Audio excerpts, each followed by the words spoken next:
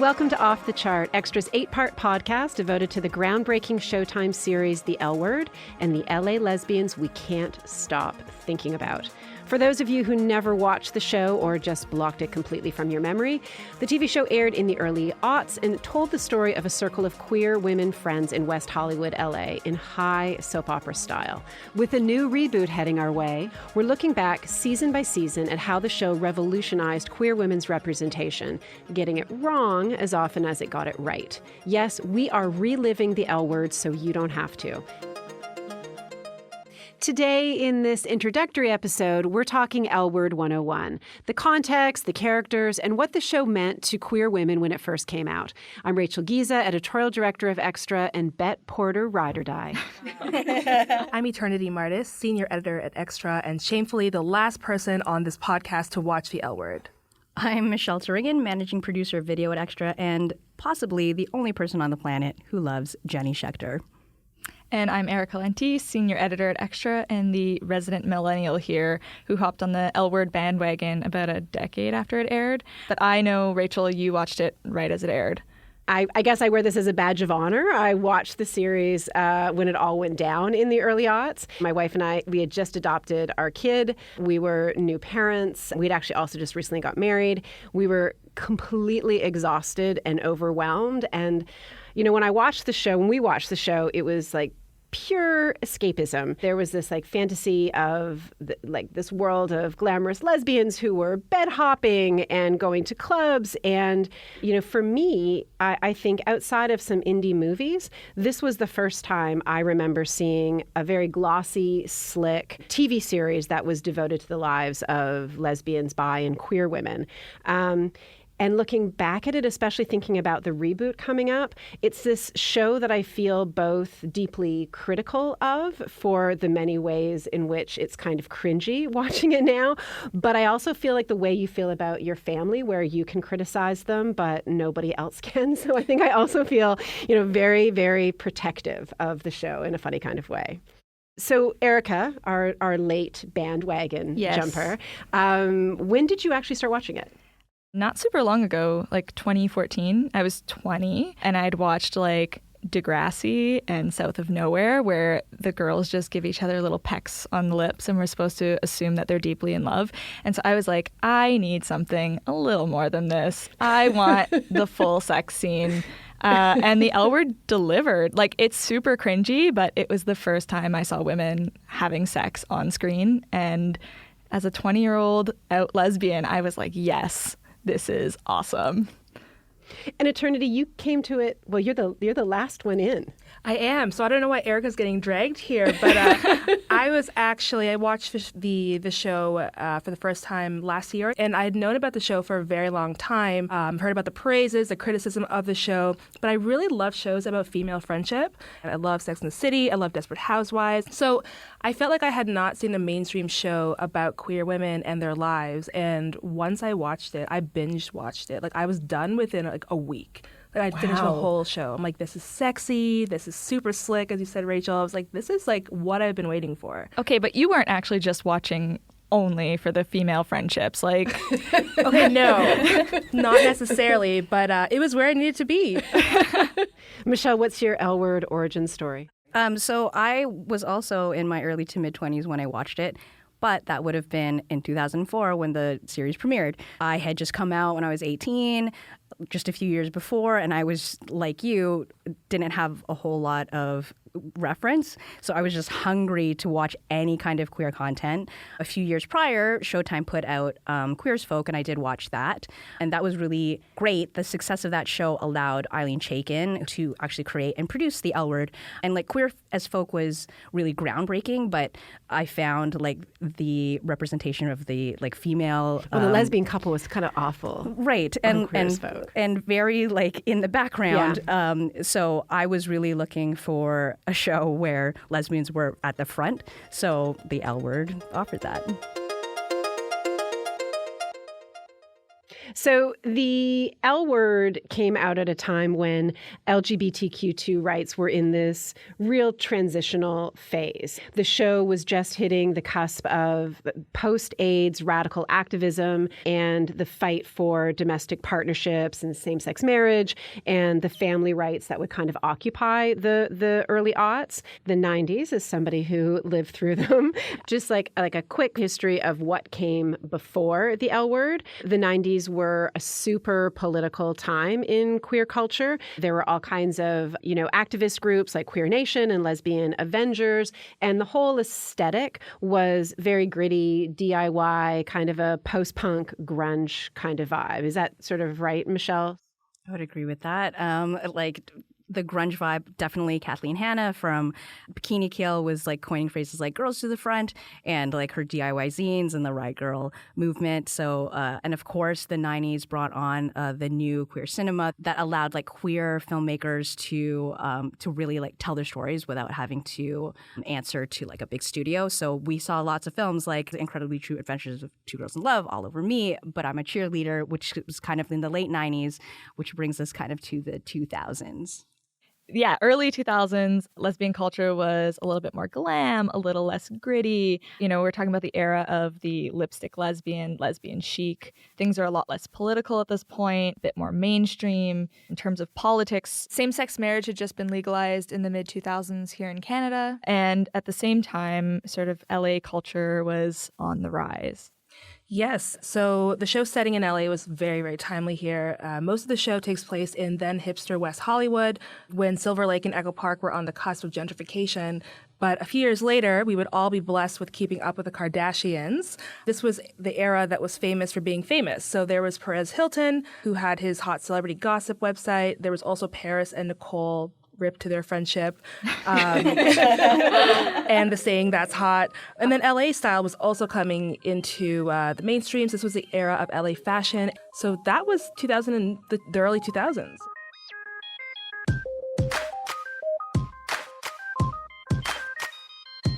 So that's the context of the L Word. And probably at the heart of it, I would say, is Bette Porter and Tina Kennard, this West Hollywood aspirational power couple. Bette is played by Jennifer Beals of Flashdance fame, and she was a huge get for this series. The creator of it, Eileen Chaikin, said in an interview that when she was trying to cast the L Word, that there was no way she was going to get any names to play in the series because no female actor would want to risk her career by playing gay.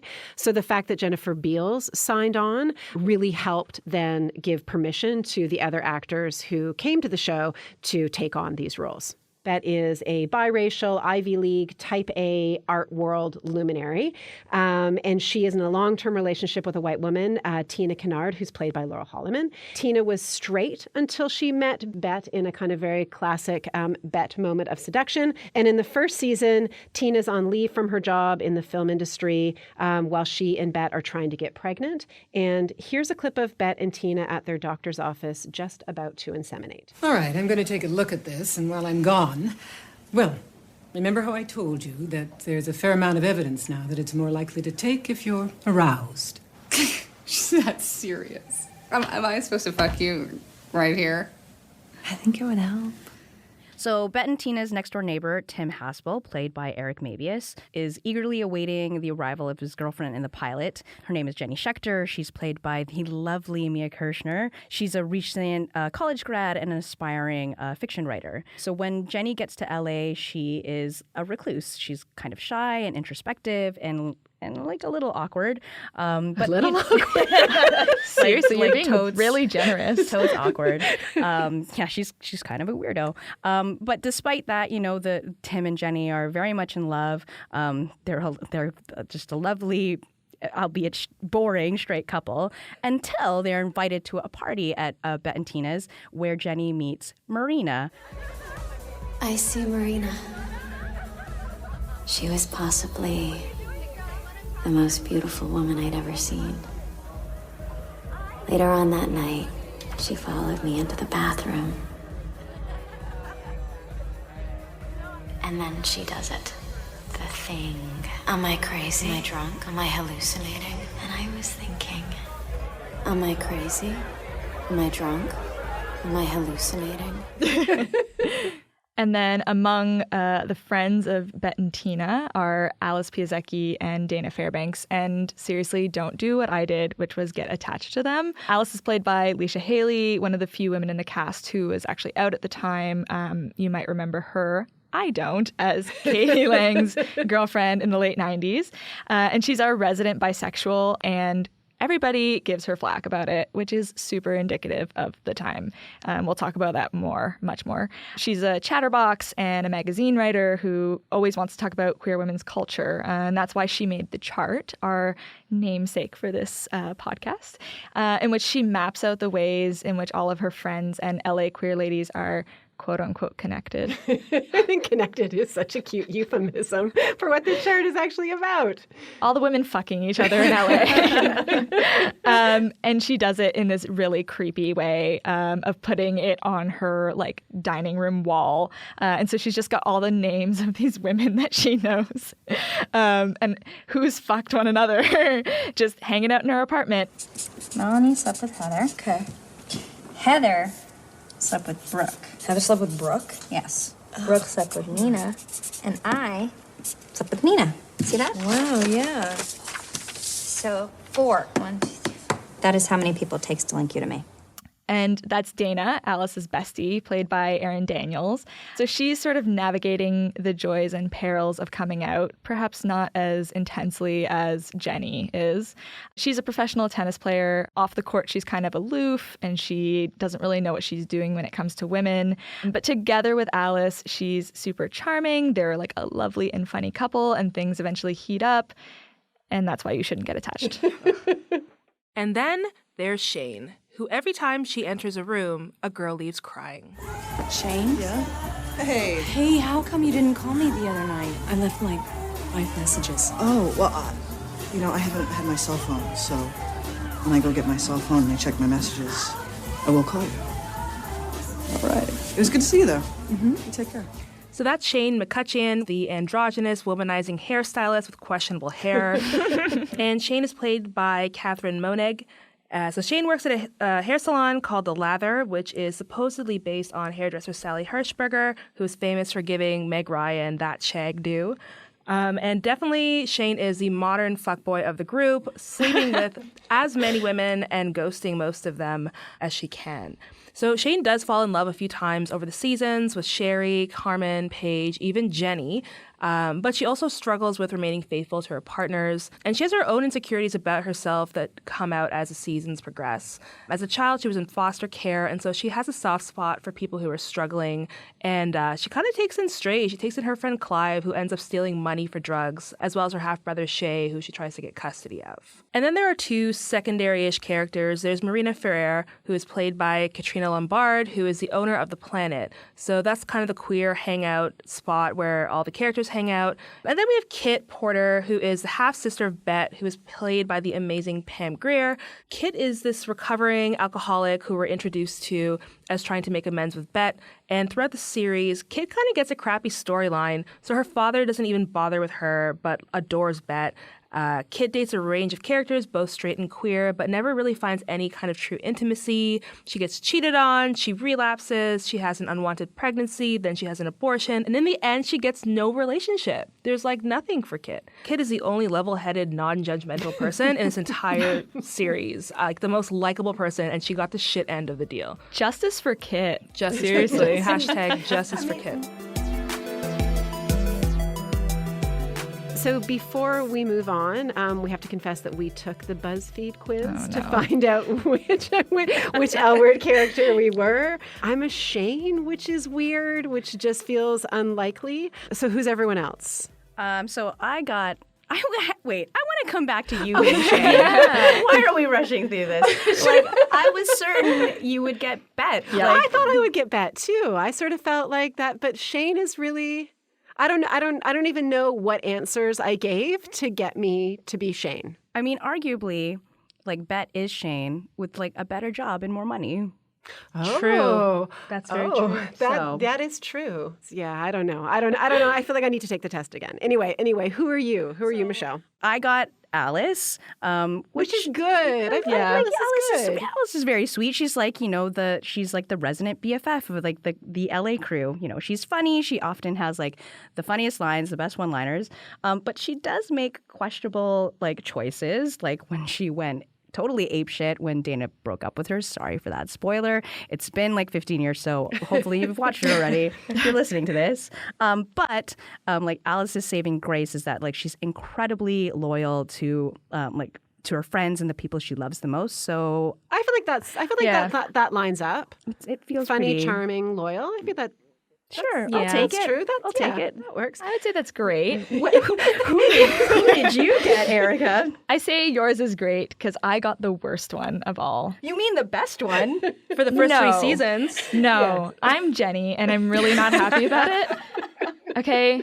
I'm so mad that I'm Jenny. I feel like also Jenny wrote like a tell-all expose about all of her friends and made a film out of it. So yes. I love that I know that you love dogs, so I also understand why that's the thing. Look, that landed on. The only redeemable thing is that she was published in The New Yorker, but she's a shitty writer also. And I don't know what that says about me. Right. I'm mad about it. Eternity, who did you get? Like, I don't want to talk about it. See, I'm totally fine with it. I'm mad at all of y'all because I'm a Shane. You're a Shane too. I'm a Shane too, which I think, much to the surprise of some people on this podcast, is very accurate for me because I'm also a Gemini. So I feel like my other side, like my alter ego, is a Shane. But I'm surprised that no one thinks that I'm suave enough to be Shane here. But I'm changing. I think you definitely are. I've spent some time with you. Yes. I've seen your moves. You are 100%. You're just Shane. not a player. That's why I don't feel like you're a Shane. But I mean... Yeah. But you're also... I feel like the thing about Shane, I do feel like in Shane's defense, that Shane is actually not judgmental. Shane is actually really, really kind to people. I think so. Like, I think that Shane has this, soft spot for people and is very emotional but doesn't show it. She's awful to the girl she sleeps with. Awful, yes. Awful. But I think to her friends, she's really kind. Yeah. Yeah. I'll take it. Yeah. I'll take it. I'm Shane.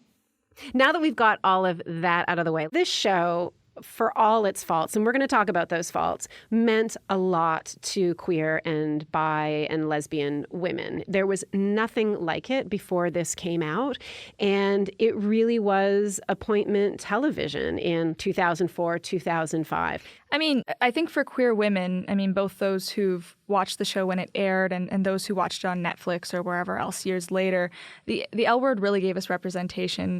There was an Otto Straddle piece that summed it up really nicely, talking about how the L Word in 2004 was really the first time that they saw themselves writ large on screen. And I think there's still something quite... for me anyway, kind of raw and vulnerable almost about seeing queer women's lives, them at the center, and also not being scraps and not being side characters, but to actually be the center of the story. There's still something that feels a little bit shocking, almost I don't know, sometimes I still feel if I happen to catch 2 women holding hands walking down the street when I don't expect to see women holding hands, and I have this kind of shock of oh my God, lesbians. and I work in a queer place, I'm around queer women all the time, but there's still something about that shock of seeing yourself. Yeah, I think when it comes to sexualities and sexuality, the show is decidedly sexual and candid. Yeah. There's so much sex. The first season is every other scene is a sex scene, which is pretty great because considering that a lot of shows censor sex between women or even certain sexual acts like oral sex between women, it felt pretty groundbreaking. There were these big themes that were embedded in the series about shifting identity and what it means to come out. And also, I think what it meant for queer people to have these newfound rights and visibility at the time and the kind of tensions of it. So, you have Bette and Tina becoming parents, but kind of wrestling with what it means to suddenly, become a sort of a heteronormative kind of family. There were plot lines about censorship, about don't ask, don't tell, mental illness, cancer, addiction, coming out. And a lot of this stuff, in my rewatch recently, I feel like a lot of this stuff is still really relevant. I feel like these are things that, we're still talking about.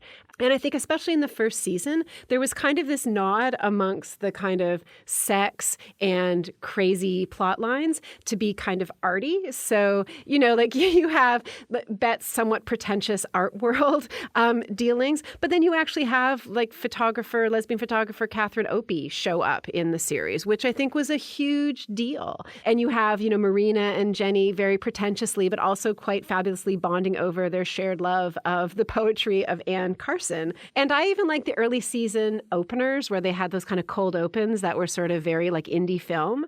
I love that you bring up like the little kind of vignettes at the beginning of the episodes and how they have that indie feel, because that representation was not just happening on screen, but behind the scenes.